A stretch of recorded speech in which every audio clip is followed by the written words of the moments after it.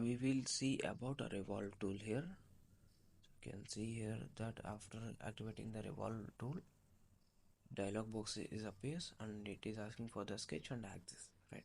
And the sketch tool, sketch tab, I'm selecting the sketch I had drawn, and in the axis, so you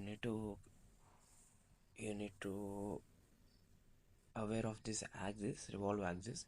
So if I select the reference as this revolve axis, based on the revolve axis the object is rotated. Now see, I am changing the revolve axis to vertical axis. See, based on the revolve axis the profile is rotated.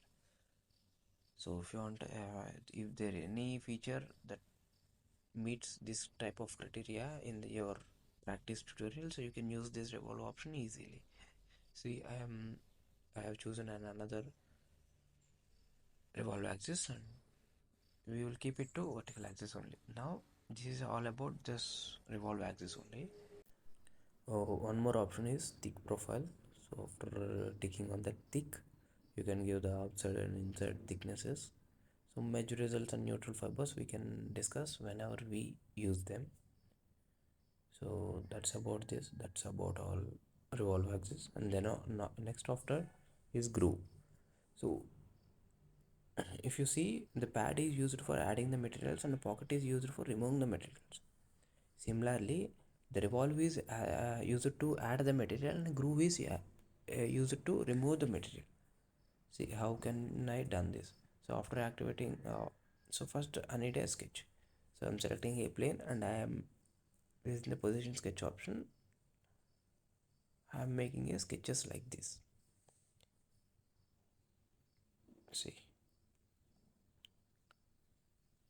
I'm making the sketches like this. Exit from this workbench and see, I'm using the groove tool. The profile is already selected that we drawn recently. Okay, and on the revolve axis, what you should do, you can select the same axis and click on the preview. So what is just happened, click on the preview. Okay, so here you can see here it is cutted the material based on the profile and the vertical axis. So that's it. That's about all about the groove tool, guys. So that's it for this video.